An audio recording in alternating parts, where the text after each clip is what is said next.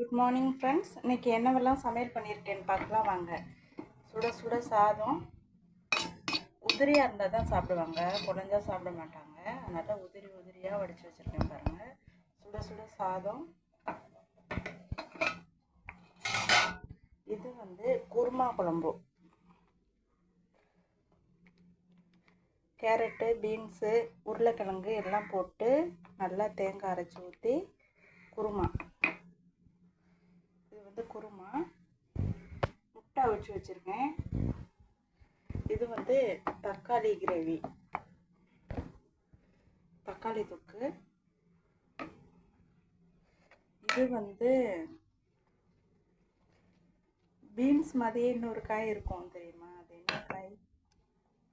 கொத்தவரங்காய் அவியல் பண்ணியிருக்கேன். இன்னைக்கு கொத்தவரங்காய் அவியல், தக்காளி தொக்கு, முட்டை அவியல், குருமா குழம்பு, வெள்ளை சாதம். இதான் ஃப்ரெண்ட்ஸ் எங்கள் வீட்டில் சாப்பாடு. வீடியோ பிடிச்சிருந்தா மறக்காமல் லைக் கொடுங்க. Thank you, bye bye.